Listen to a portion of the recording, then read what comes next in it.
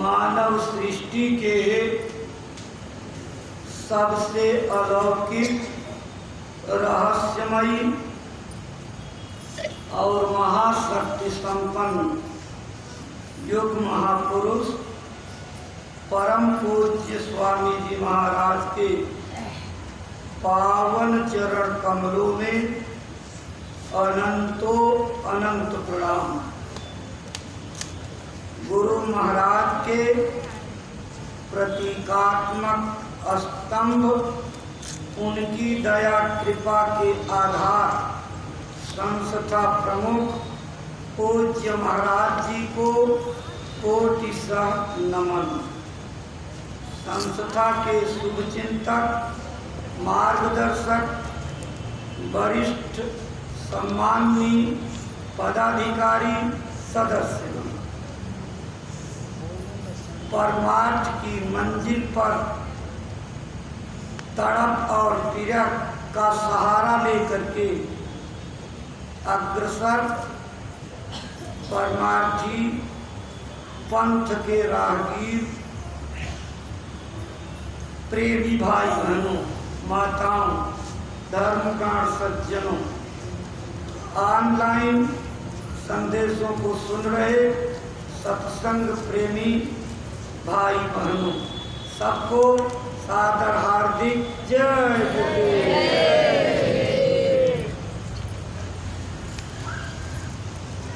प्रेमी भाई बहनों,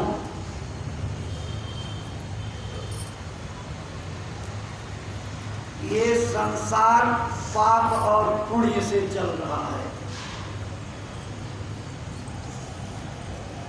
पाप और पुण्य ही हमारे उठने और गिरने का कारण है। कर्मों का अटल कानून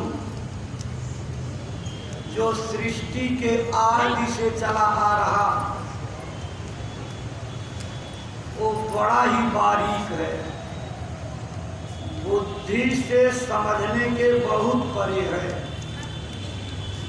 लेकिन हम कर्मों के वजह से ही यहाँ जन्मते और मरते हैं। कर्मों की वजह से ही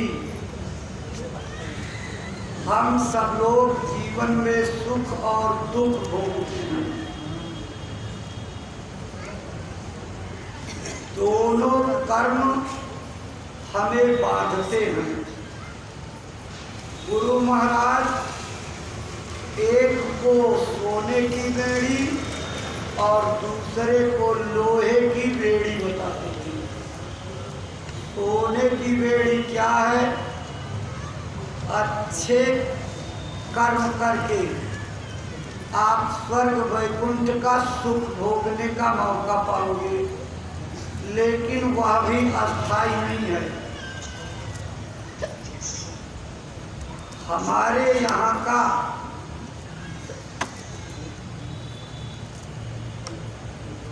कई वर्षों का समय ब्रह्मा के एक दिन के बराबर होता। ब्रह्मा की, विष्णु की, शंकर की भी उम्र है, ये दिव्य लोकों में दिव्य वर्ष में गिनी जाती। उनकी उम्र खत्म होती, वो भी बदल दिए जाते। ये देवी देवता सर्वदा कायम रहने वाले नहीं। ये कुर्सी का नाम है, जैसे डीएम की कुर्सी है, प्रिंसिपल साहब की कुर्सी है, थानेदार की कुर्सी है। इस पर जो आकर के बैठ जाएगा वही थानेदार कहलाएगा, वही डीएम कहलाएगा, वही प्रिंसिपल कहलाएगा। एक अधिकारी जब यहाँ से दूसरी जगह जाता तो फेविकोल से कुर्सी को चिपका करके अपने साथ नहीं ले जाता, कुर्सी वहीं छोड़ जाता है। उस पर जो आकर के बैठता, जिसको चार्ज मिलता, वही मौके का मालिक हो जाता। ऐसे ही देवी देवताओं के नाम का कोई शरीर नहीं है, बल्कि उनकी पदवी है, पदवी। उस पदवी पर जो भी तपस्या करके वह पहुँचेगा, स्थापित होकर के वही गणेश बन जाएगा, वही शंकर बन जाएगा, वही विष्णु महादेव बन जाएगा, वही इंद्र बन जाएगा, और भी देवी देवता बन जाएंगे। लेकिन एक आदमी सदा उसी कुर्सी पर मौजूद रहे, ये नहीं हो सकता। ये कर्मों का कानून है। प्रमाण क्या है? कृष्ण भगवान ने अर्जुन को समझाते हुए कहा, देख अर्जुन, कर्मों का कानून बुद्धि से समझने के बहुत परे है। इसको तुम बुद्धि से नहीं समझ सकते। ये सामने चींटा चल रहा है, ये 4 बार इंद्र बन चुका है, 4 बार इंद्र की कुर्सी पर विराजमान हो गया, लेकिन उसके बाद कर्मों का आज ये परिणाम है कि ये 84 में चींटा बन करके रहा। विचार करने की बात है। अगर 4 बार इंद्र बना हुआ चींटा बन सकता है, तो हमारी आपकी क्या गति होगी? कर्म बहुत बारीकी से लगते हैं। यद्यपि रामायण में साफ किया हुआ है, काली कर एक पुनीत प्रतापा, मानस पुण्य कोई नहीं पापा। कहते हैं कि कलयुग में मन से किए गए पुण्य तो आदमी को लगते हैं, लेकिन मन से किए गए पाप नहीं लगते। ये लिखा तो गया है, लेकिन इस पर गुरु महाराज ने कहा कि जब तुम पूरी पैनी दृष्टि लगा करके कर्म करते हो, एकदम आँख गड़ा देते हो, वो कर्म जरूर बनेगा। ऐसा नहीं है कि मानस की चौपाई आपको मदद करेगी और मन से चाहे जितना बुरे काम करते जाइए सब माफ होते जाएंगे। सब माफ नहीं होते। ऐ प्रेमी भाई बहनों, उदाहरण आप लीजिए, गुरु गोरखनाथ के पास राजा भर्तरी किसी कारण से पहुंची थी। कारण क्या था? ये शिकार खेलने जंगल में गए थे। खेलते खेलते गुरु गोरख के कुटिया के नजदीक पहुंच गए। उनका पालतू खरगोश जो है वहां दौड़ लगा रहा था। इनको अच्छा लगा, तीर मार करके उसको घायल कर दिया। और जब खरगोश लेने के लिए पहुंचे तो खरगोश की देख रेख करने वाले रखवाले पकड़ लिए और राजा को खूब पहले तो धुरमुटा और उसके बाद धुरमुटने के बाद कहा, चल मेरे गुरु के पास। अब राजा को समझ में नहीं आया कि असली राजा मैं हूँ कि चोर की तरह से पकड़ करके जिसके पास जाना वो असली राजा है। गए तो देखते ही कहा, क्यों बच्चा, तुमने मेरे पाले हुए खरगोश को मार डाला, चलो तुम्हारी गलती माफ कर देंगे, लेकिन इस मरे हुए खरगोश को तुम जिंदा कर दो। राजा ने कहा, ये मर गया तो जिंदा कर दो। यही तो बात है, जब तुम इसको जिंदा नहीं कर सकते तो मारने का अधिकार तुमको किसने दिया? जो चीज तुम बना नहीं सकते उसको बिगाड़ने का अधिकारी कैसे बन गए? क्यों मार डाला? अच्छा चल, इतने पर रोने लगे, क्योंकि राजा भले राजा हो लेकिन मुसीबत आने पर बिरले राजा धीर धारण कर पाते हैं। राजा श्रृंखल होकर के और रोने लगा। रोने पर दया आ जाती। गोरखनाथ ने कहा, अच्छा चलो कोई बात नहीं, लाओ पानी कटोरे का। एक कटोरे का पानी लाया, कुछ गुरु का स्मरण किया और एक चक्कर घूम करके कटोरे का पानी छिड़क दिया। खरगोश उठ करके भाग खड़ा हुआ और राजा को ताजुब हुआ। कहा, हाँ ये भी कोई कला, जिंदगी की सारी कला हम सीखे, ये कला ही नहीं सीख पाए। कहा, गुरुजी मुझे ये भी विद्या सिखा दीजिए। कहें, बच्चा ये विद्या सीखने के लिए मेहनत करनी पड़ेगी, काम सब कुछ करेंगे। उसी विद्या को सीखने के लिए वो आश्रम में रुक गए। बहुत दिन रहने के बाद कहा, गुरुजी अब मंत्र दे दीजिए। गुरुजी ने कहा, अभी तुम्हारे ऊपर बहुत बड़ा पाप लगा हुआ, पहले उसको साफ करो। कहें, पाप? कौन सा पाप? कहा कि पहले जन्म में तुम राजकुमार थे, जवान हो गए थे, घर से बाहर खेलने गए थे, खेलते खेलते भूख लगी, तुम दौड़ करके माँ के कमरे में पहुँचे और जैसे ही तुमने अपना एक कदम माँ की चौखट के भीतर रखा, तेरी नज़र तेरी माँ के ऊपर पड़ी। उस समय तेरी माँ के सिर से कपड़ा हटा था, वो श्रृंगार कर रही थी। तुमने समझा कि इस समय कमरे में नहीं जाना चाहिए, पैर तो खींचा, लेकिन इतने देर में तुम्हारी नज़र तेरी माँ के चेहरे पर पड़ गई और तेरे अंदर केवल इतना भाव पैदा हुआ कि माँ बहुत अच्छी लग रही है और कोई गलत भाव नहीं, सिर्फ इतना भाव पैदा हुआ कि माँ आज बहुत अच्छी लग रही है। कहें, इतने भाव पैदा होने का ये नतीजा कि आज वही तुम्हारी माता तेरी रानी पिंगला बन करके पैदा हुई है और एक जन्म में इस कर्म से छुटकारा नहीं होगा।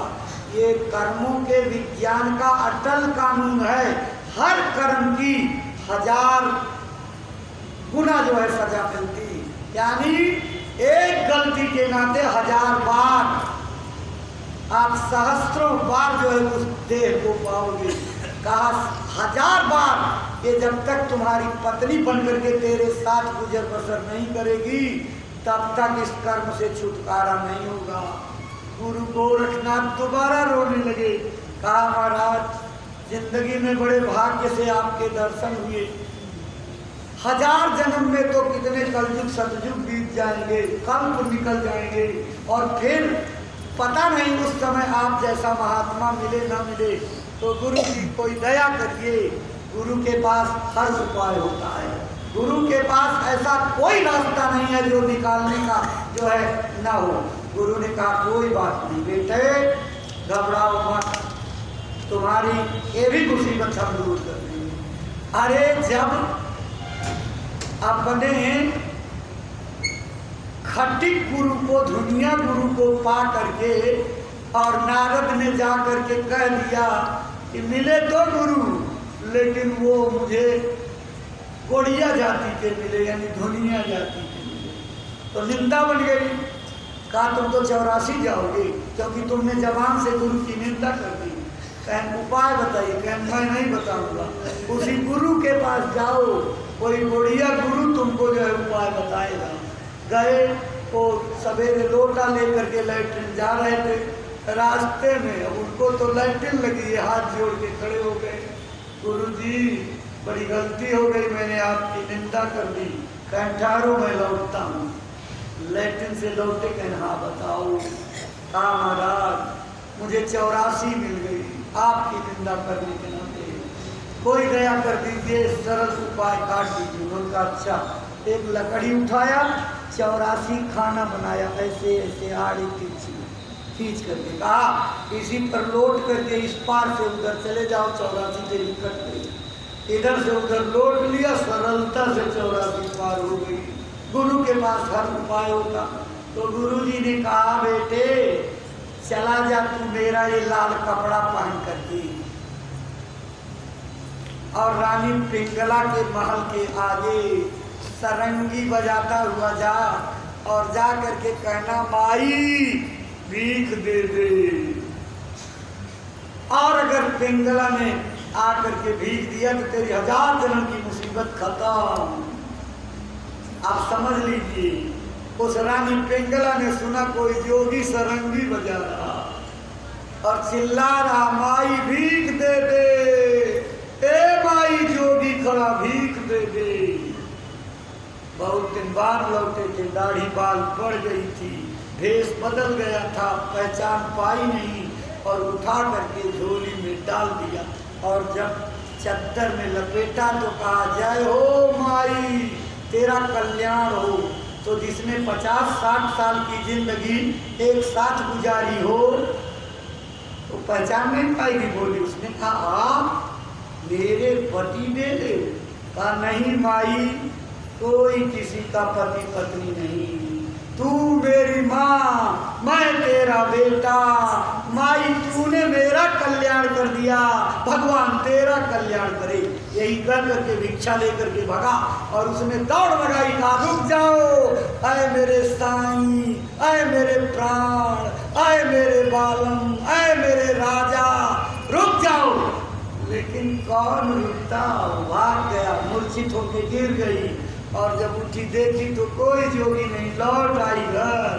कहने का मतलब अगर चित्त की नजर पड़ने पर और केवल इतना भाव पैदा होने पर 1000 जन्म की मुसीबत मिल सकती, तो हम आप क्या करते हैं? जरा रात को छाती पर हाथ रख करके सोचना, किसको किसको देख करके अपना बनाने की कोशिश करते हो, कितनों के साथ रिश्ता जोड़ते हो। अगर सबका खाटी जो है जोड़ लगा दिया जाए व्यवहार गणित से, तो कल्प नहीं मनवंतर बीत जाएंगे, मनवंतर के मनवंतर बीतेंगे, कल्प के कल्प बीतेंगे। आपके कर्मों की वजह से मनुष्य शरीर दोबारा मिलने वाला नहीं है। हाय प्रेमी भाई बहनों, इसलिए कर्म बड़े बारीक हैं। कर्मों से बचना किसी के बस की बात नहीं है। कर्म से कोई नहीं बच पाता है, और कर्म के अहंकार वाले डूब जाते हैं। कर्म का कभी अहंकार मत करना।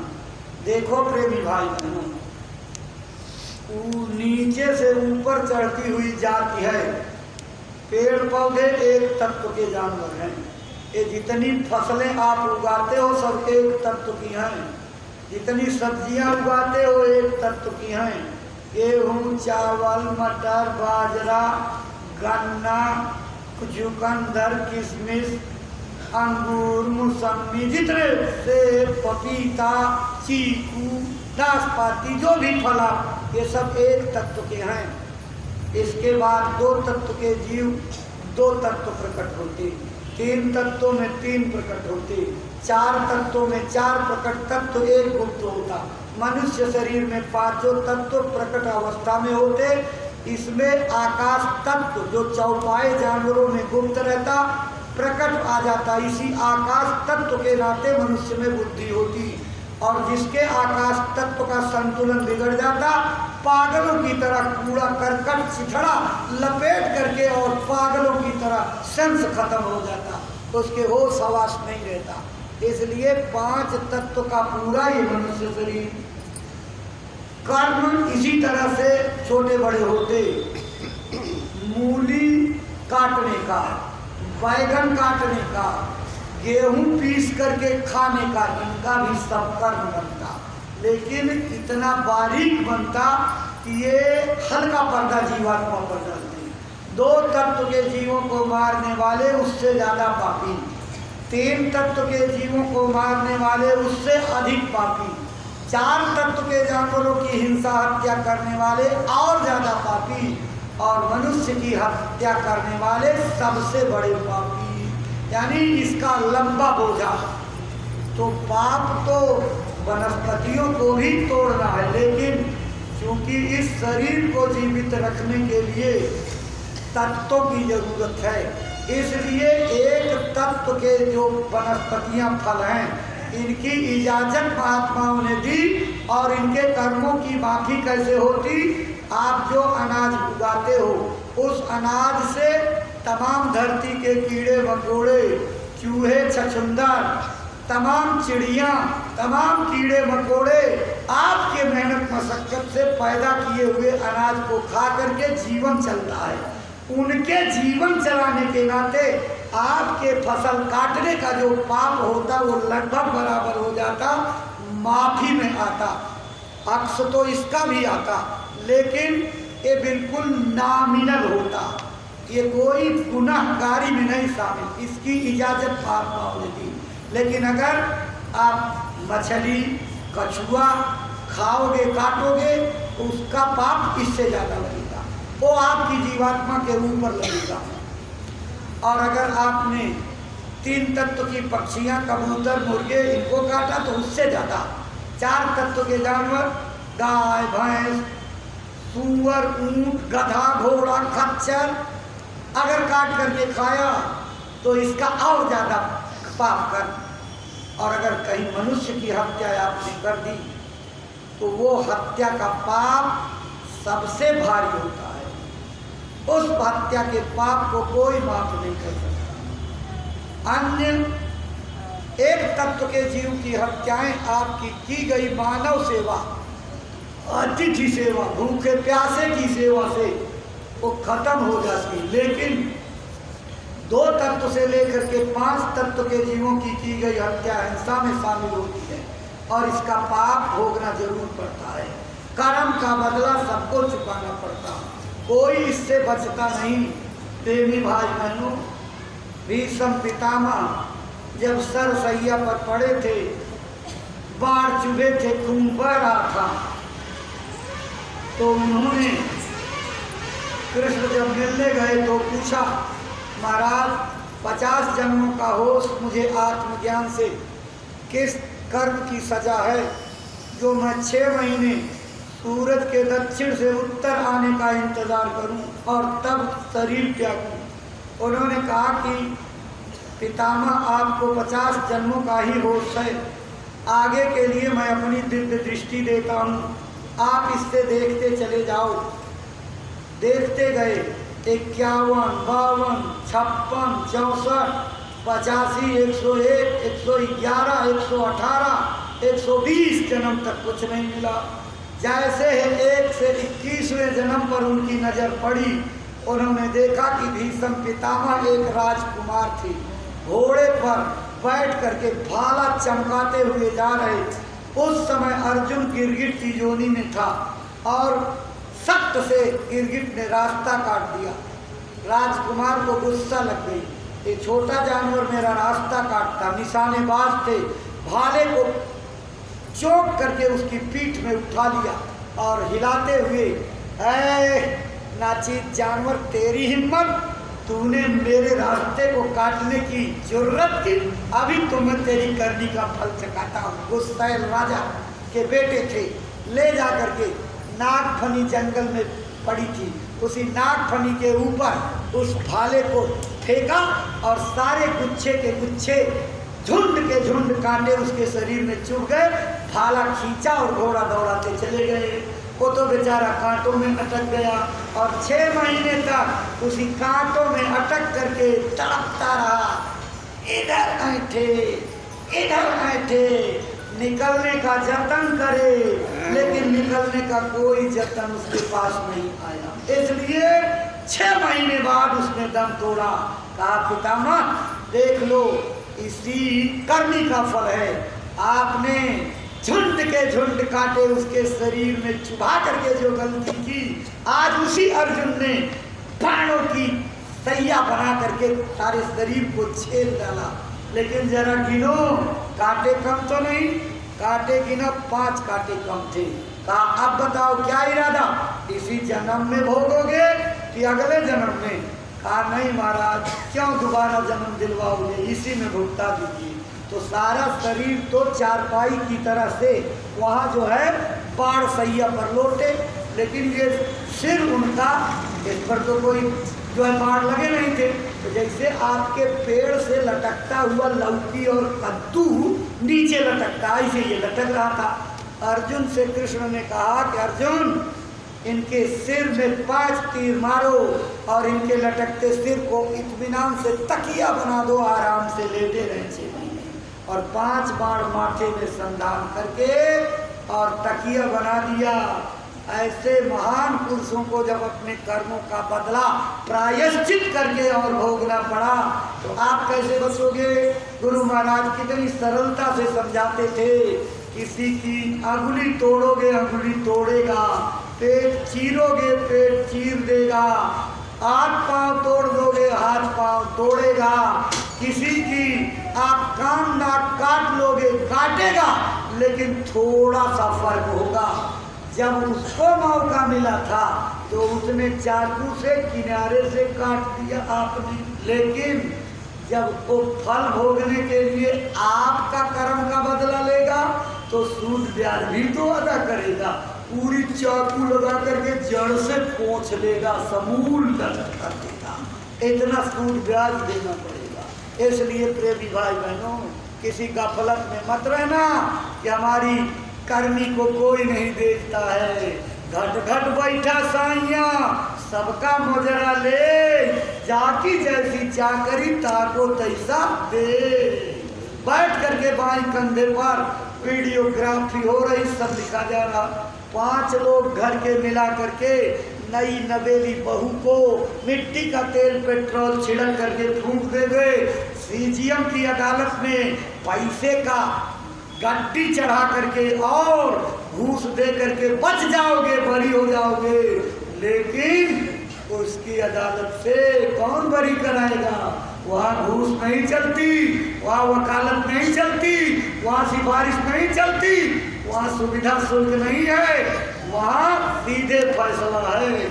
जैसे आपने चाहे 1000 जन्म बाद मौका मिले, लेकिन जैसे 5 लोगों ने उसको मिट्टी का तेल पेट्रोल छिड़क कर फूंका, ऐसे ही 5 लोगों को वो मिट्टी का तेल पेट्रोल छिड़क करके तड़पा तड़पा करके मारेगी। जब भगवान नहीं बचे तो हम कैसे बचेंगे? भगवान राम ने बाली को तीर मार करके पेड़ की ओट से घायल किया और कृष्णावतार में बहेलिया बन करके वही बाली आया और बटन चमक रहा था, डाल पर लेटे थे, हिरण की आंख समझ करके मार दिया, आह करके डाल से नीचे गिरे। जब शिकार की तलाश में आया तो देखा कृष्ण भगवान रोने लगा, कहा मुझे कलंक लग जाएगा, त्रिलोकीनाथ की हत्या मैंने कर दी। कृष्ण ने उनके आंसू पोंछते हुए कहा, बहेलिए तुमने कोई गलती नहीं की, तुमने तो अपने किए कर्म का बदला चुका दिया, मेरा उपकार कर दिया। अगर तू ये कर्जा नहीं चुकाता, ठीक उसी तरीके से जैसे मैंने पेड़ की ओट से तीर मार करके तुम्हें घायल किया, तुमने भी ओट से तीर मार करके अपने कर्जे का लेन देन पूरा कर लिया, नहीं तो मुझे तीसरा अवतार ग्रहण करना पड़ता और मुझे कर्म का बदला चुकाना पड़ता। तुमने तो उपकार कर दिया। है प्रेमी भाई बहनों, जब भगवान नहीं बचे हमारी आपकी क्या हैसियत है, किस खेत की मूली हो। कर्मों का बदला सबको देना पड़ेगा। कर्मों का बादल बवंडर बनेगा, बढ़ेगा और खूब धधकेगा, बरसें बहेगी तेरे पापों की धारा। सुने तो जाओ संदेश हमारा, दिल में हमारे दर्द है तुम्हारा, सुने तो जाओ संदेश हमारा। गुरु महाराज ने कितनी आवाज लगाई, अब भी मान जाओ, अब भी सुधर जाओ, अब भी चेत जाओ। आपको बचाने के लिए सारी जिंदगी लगा दी, लेकिन हम आप उनकी एक बात नहीं पकड़ पाए। अब पूज्य महाराज जी के रूप में गुरु महाराज उतर करके पर काया प्रवेश करके और एक दया कर रहे हैं, अब भी आपको बचाना चाहते हैं कि गुरु महाराज के इस दरबार से जुड़ करके और आपके ऊपर जो कर्म का बोझा है माफ कर दिया जाए। लेकिन आप घाट पर ही नहीं आते हो, घाट पर नहीं आओगे तो कैसे होगा। गुरु महाराज कभी कभी कहते थे कि एक आदमी के पास कूलर का बाग था, जब उसके पास कोई मेहमान आवे तो लग्गी ले करके चले और खोद खोद करके कूलर गिरावे, कहा मेहमान इसमें की खाओ और मीठा है, ये अलग स्वाद की है, ये वहाँ बैतूल की है, ये जो है गुजरात की है, ये भावनगर वाली है, ये उड़ीसा की है। अब पूरे दिन भर उसको कूलर खिलाते खिलाते और जब यहाँ तक भर दे तो शाम को कौन रोटी खाए, एक दो रोटी में छुटकारा, तो सारा अनाज उसका बच जाता था। एक बार उसका साला आया और वैसे मौके से आया जिस समय वो चौधरी घर से बाहर थे, तो उसकी औरत यानी उनके भाई अपने भाई से उनकी देवी जी ने कहा भैया चलो गूलर का, अरे कहें गूलर का पेड़ तो जब रिश्तेदार हमारे है ही नहीं जीजा जी, तो किसके साथ खाएं, जीजा जी रहते तो गूलर खाते, अब गूलर क्या खाएंगे, शाम को भोजन खाएंगे। अब जब भोजन पर बैठे तो भोजन पर बैठे तो रोटी पर रोटी, रोटी पर रोटी दाबते जा रहे हैं।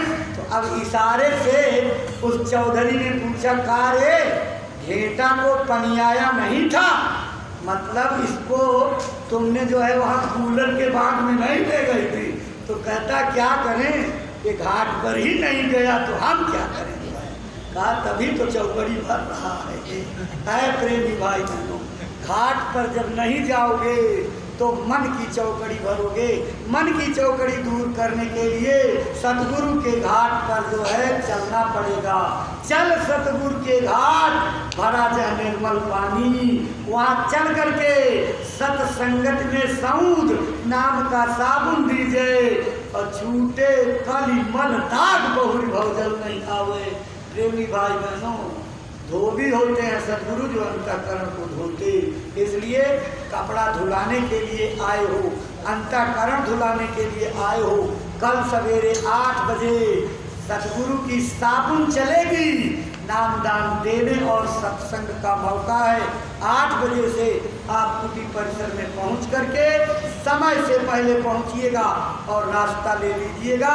बैठ करके इत्मीनान से भजन करो, यहीं देवी देवताओं के दर्शन, स्वर्ग वैकुंठ में आने जाने लगोगे।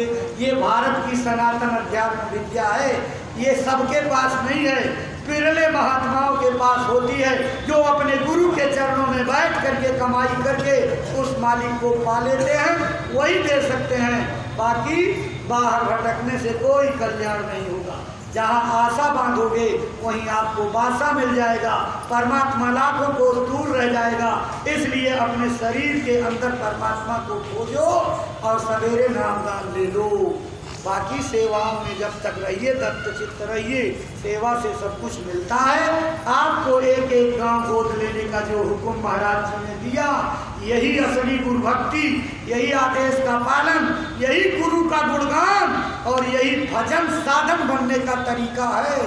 आप सेवा करोगे शरीर की कर्मों की मैल साफ हो जाएगी, अंतःकरण में उजाला हो जाएगा, नूरानी हस्ती आपके अंदर उतर आएगी, सारे अंधकार को दूर कर देगी।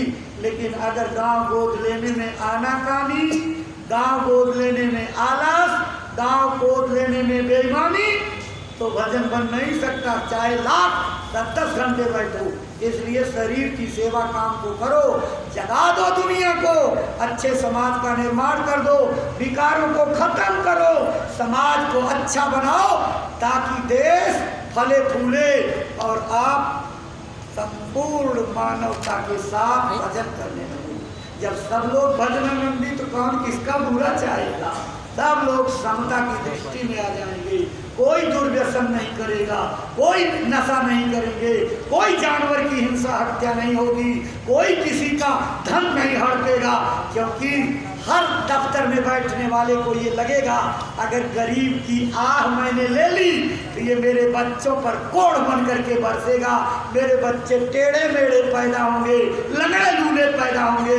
कुदरत से सब लोग डरेंगे, इसलिए कोई जान करके बुरा काम नहीं करेगा। बुरे कर्मों से सब लोग तौबा करेंगे, अच्छे समाज के निर्माण में सब लोग भागीदार बनो।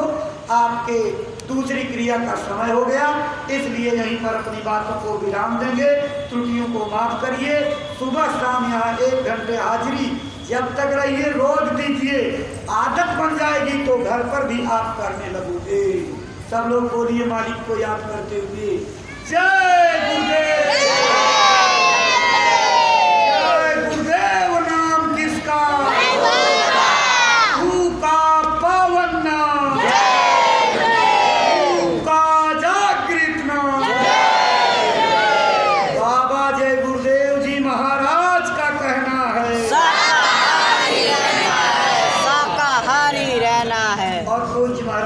प्रार्थना हाथ जोड़कर विनय हमारी, बाबा जी की अर्जी है, स्वामी जी की अर्जी है।